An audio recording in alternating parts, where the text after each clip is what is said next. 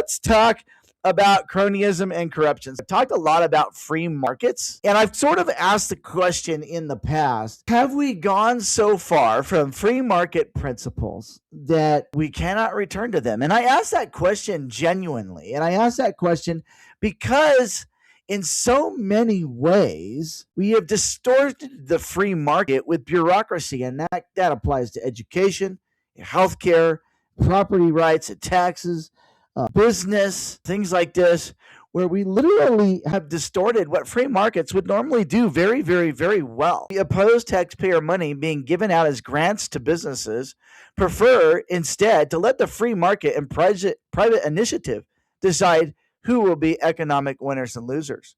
I said, but here's the problem. They said, well, it is already privatized, Joseph, because we sent it out for bid and three or whatever, however many private companies bid for the job, and we pick a private company to take the job.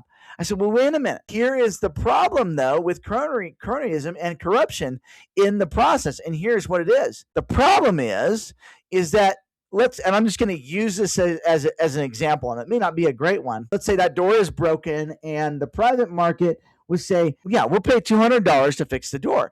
The problem that we have with government today in Wyoming and across this nation is that government's willing to pay $5,000 to fix the door. So government's willing to pay $5,000 to have you fix that door when the free market pays $200. And so not only do we need competitive bidding, what we need to do is it needs to be based on what is the market paying. Instead of this, I call it the golden toilet syndrome, right? Where, you might pay $70,000 for a toilet because government can or government will, right? When you can go to Home Depot and get a toilet for $350. It's absolute insanity.